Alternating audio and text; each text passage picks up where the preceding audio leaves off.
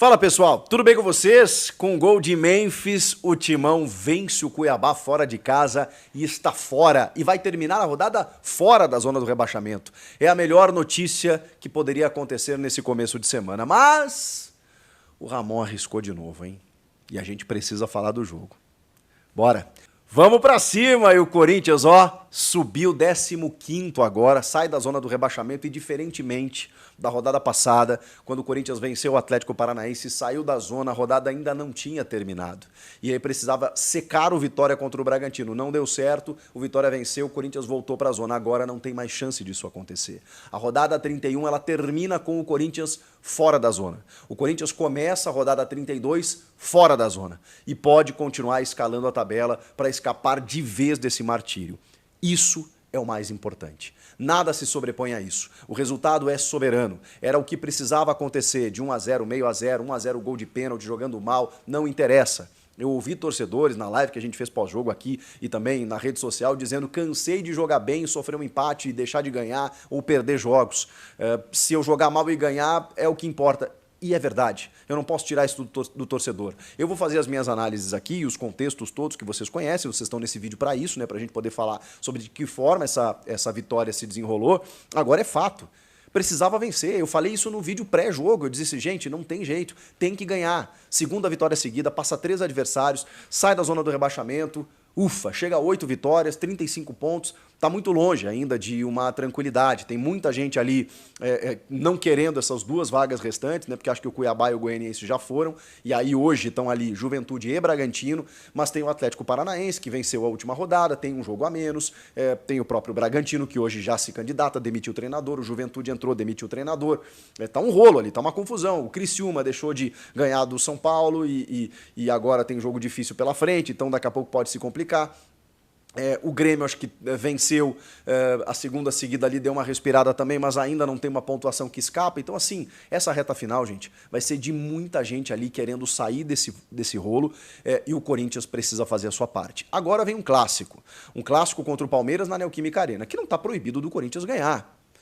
Porque antes disso tem o Racing pela Sul-Americana, então é uma loucura realmente. Daqui a pouco uma classificação para uma final, se o Corinthians reverte, né? Reverte não, né? Empatou o primeiro jogo, vai ter que vencer ou empatar para levar para pênalti, sei lá. Se o Corinthians classifica contra o Racing, vai com muita moral para esse jogo contra o Palmeiras. Cara, o Palmeiras está disputando o título e tudo mais, mas, né, a gente viu a maneira como foi o jogo contra o Fortaleza, não jogou tão bem, teve problemas defensivos, 2 pênaltis inexistentes, então assim, que ocasionaram no empate do Palmeiras com o Fortaleza jogando em casa. Fortaleza é muito mais time, mas esse Corinthians já amassou esse Fortaleza na Sul-Americana. Então assim, gente, é um jogo aberto, o Palmeiras está disputando o título, o Corinthians está disputando a permanência, as realidades são distintas até pela estrutura, elenco, tempo de trabalho, tudo que a gente sabe. Mas, cara, o Corinthians tem que fazer o seu jogo. E se pelo menos não conseguir ganhar, pelo menos que empate, segura o Palmeiras, acho que aí, e vai para jogos em casa lá que tem condições de ganhar, como Bahia, Cruzeiro, Vasco, e aí o Corinthians segue na sua toada. Se vencer o Palmeiras, encaminha a tranquilidade. Se conseguir vencer o Palmeiras, algo que não acontece desde 2021, até pela importância do jogo, por ser um clássico, o Corinthians encaminha, porque vai a 38 pontos, e aí vão restar, sei lá, uma vitória, duas vitórias, né? Um empatezinho, outro aqui para tranquilizar geral. Então eu acho que encaminha bem, não escapa matematicamente, mas encaminha bem. Falando do jogo contra o Cuiabá, que jogo ruim, hein? Meu Deus, que jogo ruim. Jogo péssimo, horroroso, terrível, pobre tecnicamente. Tem o contexto do calor. O Ranieri mesmo deu entrevista pós-jogo falando sobre isso. Já joguei aqui, né, como mandante, hoje como visitante. Cara, é muito difícil. Quem joga com intensidade, quem acelera muito no primeiro tempo, no segundo não aguenta. Não aguenta manter o ritmo, e se você não sai na frente, você dificilmente ganha, porque o Cuiabá realmente não perdia desde o jogo contra o Grêmio. E olha, isso faz uma cota lá no primeiro turno. E o próprio Corinthians não ganhava um jogo fora de casa há quase 100 dias. Então a gente precisa valorizar. Esse mesmo Cuiabá aplicou 2-0 no São Paulo. O São Paulo meio displicente nesse reta final de temporada, mas mesmo assim, era o São Paulo. E o Corinthians foi lá e venceu o Cuiabá.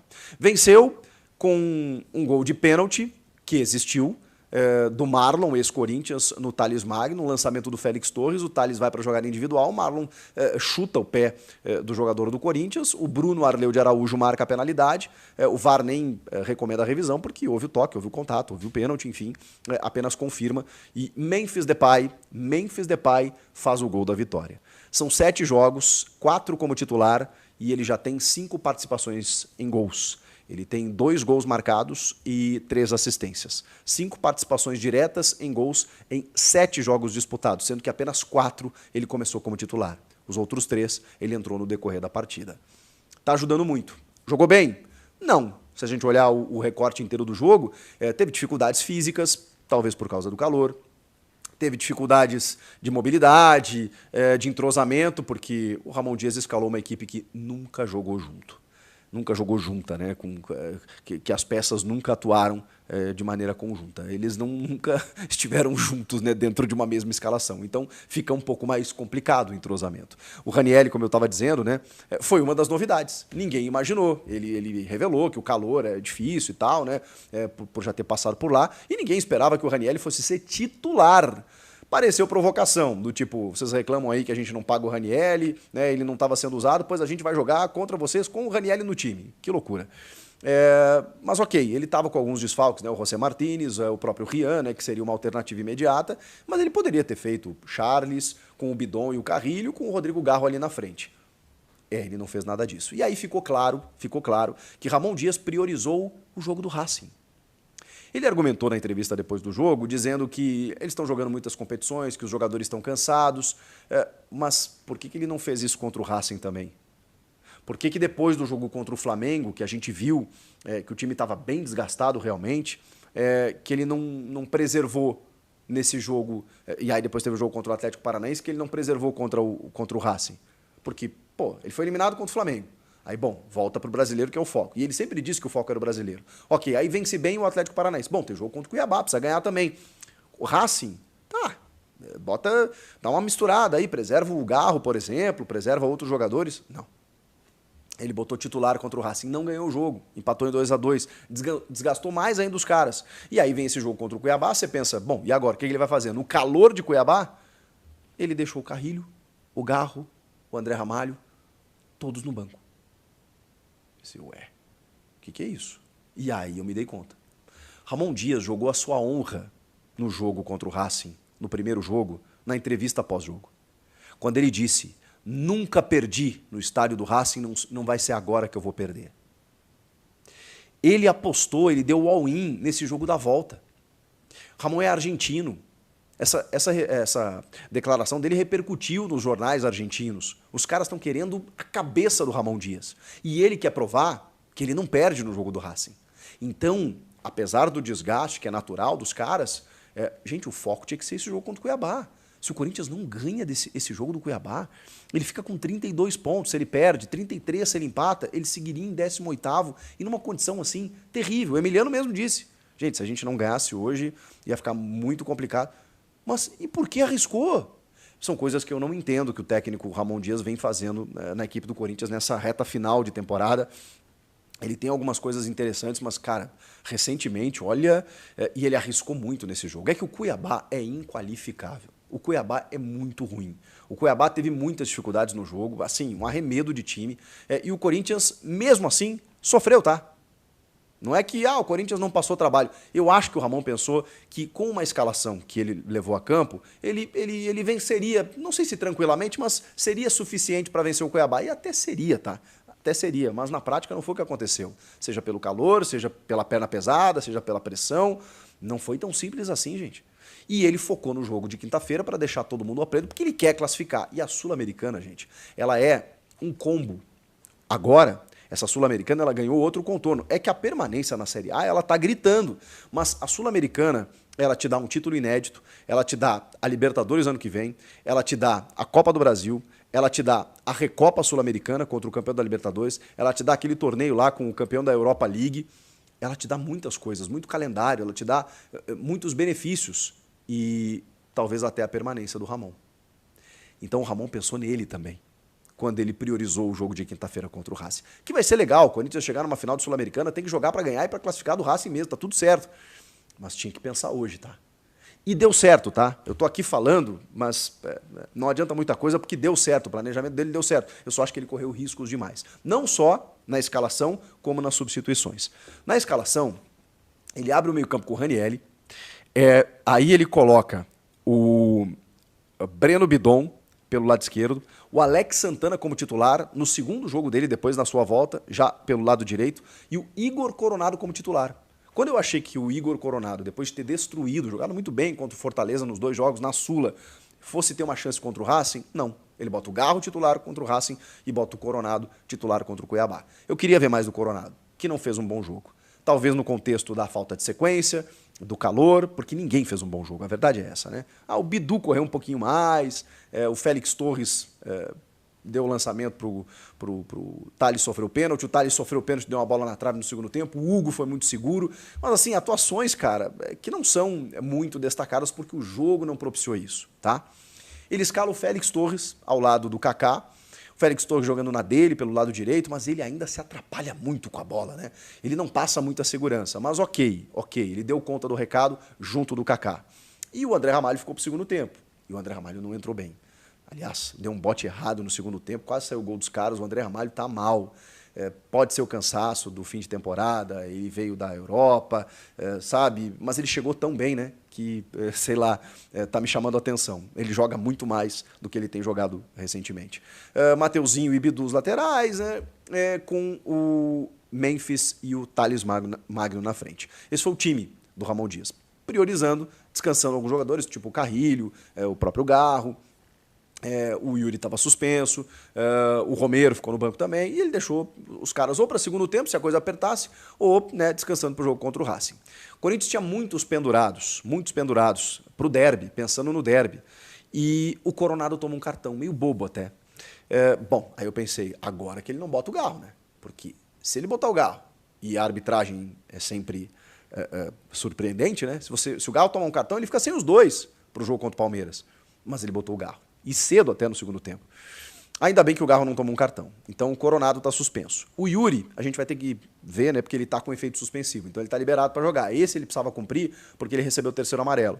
Então ele precisava cumprir esse. Os 2 jogos que ele pegou de punição, um ele já cumpriu e o outro ele precisaria cumprir contra o Palmeiras, mas com o efeito suspensivo, até o novo julgamento, ele pode jogar. Então vai depender desse novo julgamento, né? Se não acontecer até segunda-feira, ele joga o derby, o clássico contra o Palmeiras. Vamos ter que esperar. Com isso, no segundo tempo, Corinthians vencendo por 1-0, o Cuiabá, obviamente, jogando em casa, começou a se lançar para o ataque. E aí o Ramon, de novo, ele tira um volante e põe mais um atacante. Só que ele tira também os 2 volantes. O Bidon, que não fez um bom jogo, e o Alex Santana, que acho que tentou, mas estava cansado. Né? E o segundo jogo dele, voltando de lesão, o primeiro como titular. Acho até que ele ia esperar para fazer isso. Então sai o Alex Santana, sai o Bidon, entra o Charles, entra o Carrilho, e aí depois ele tira o Ranieri e bota o Romero. Tá, Chico, são 3 atacantes? Não, porque o Thales Magno entrou como volante. Ele define a formatação no segundo tempo com o Charles abrindo o meio-campo, Carrilho pela direita, Thales pela esquerda, isso como volantes, Rodrigo Garro na meia armação, Romero e Memphis. Esse é o time. Depois ele troca também o Kaká, que sentiu pelo André Ramalho. Sim, o Thales jogou de volante, junto do Carrilho, que também é um atacante, mas vem jogando bem de volante, né, jogando por dentro. E o Romero, de novo, que não ia fazer absolutamente nada porque o Corinthians visivelmente se abdicou de jogar. Entregou a bola para o Cuiabá e o Cuiabá começou a pressionar o Corinthians. É que o Cuiabá é muito ruim. E aí, nos contra-ataques, o Corinthians até tentou uma coisa, mas o Memphis estava pesado. O Romero não estava tendo muita vantagem. O Garro entrou para segurar a bola e o Corinthians começou a rifar. O Charles começou a dar uns balão na lua, assim, uma loucura. Assim. O jogo foi horroroso, mas o Corinthians segurou o resultado. E é o que mais importa. Sempre vou fazer essa ressalva. Agora o Ramon, de novo, tirou tirou um volante, botou um atacante, recuou o time. Ok, perna pesada, calor e tudo mais. Vamos botar tudo nessa conta, passar um paninho bonito aqui, porque o resultado era o mais importante e ele veio. E priorizou o jogo contra o Racing. Agora, se ele vai botar todo mundo contra o Racing E depois, 3 dias depois, num clássico contra o Palmeiras, que ele também precisa do resultado. Pelo menos beliscar um empate contra os caras. Não sei o que ele vai fazer. Vai ter que ver quem tá melhor, quem não tá, e não sei o quê. O fato é que o Corinthians venceu com o gol do Memphis, que tem sido importante e que faz com que o Corinthians agora comece a escalar a tabela e termine a rodada fora da zona do rebaixamento. Pode voltar na rodada seguinte? Vai depender de resultados paralelos, mas o fato é que saiu. Saiu chegar a 8 vitórias. O Vitória tem 10 vitórias. Então, é importante vencer. Você precisa... O Corinthians tinha só 7 até o início dessa rodada. Só tinha mais vitórias que Cuiabá e Atlético Goianiense. Não pode, não pode. Porque aí no primeiro critério, ele já estava ferrado em relação aos outros. O Atlético Paranaense tem um jogo a menos, tem muita coisa para acontecer. Mas o Corinthians, eu repito, tem uma tabela possível e está conseguindo cumprir. Ele empata contra o Inter, ele ganha do Atlético Paranaense e ele ganha do Cuiabá fora. São 7 pontos em 9. Podia ter ganhado contra o Inter? Podia. E esse empate está doído. Está doído porque o Ramon também acabou não colaborando. Mesmo assim, ok, ele buscou os pontos fora. E a partir daí, vamos ver o que acontece contra o Palmeiras, depois Bahia, Cruzeiro, Vasco, Vitória fora. Tem alguns jogos importantes aí que o Corinthians ainda pode pontuar mais do que uma projeção inicial que a gente fez. Dá para escapar legal, o Corinthians conseguiu o resultado que era mais importante. E tem alguns jogadores que estão sendo decisivos nessa hora. O próprio Thales, aí, que sofreu o pênalti, o Memphis que fez o gol, o Alex Santana está voltando, o Yuri Alberto, quando joga, aí, tem sido um cara importante com seus gols, com seus números. Tem coisa boa acontecendo. E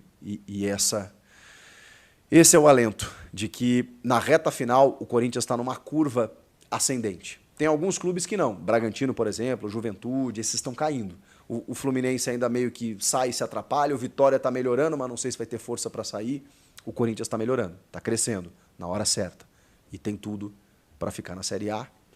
E quem sabe, se chegar ainda na final da Sula, aí pode terminar o ano muito melhor do que a gente imaginava, né, até poucos dias atrás. O que vocês acharam do jogo? Comentem aqui, inscreva-se no canal. Eu volto na próxima. Tchau!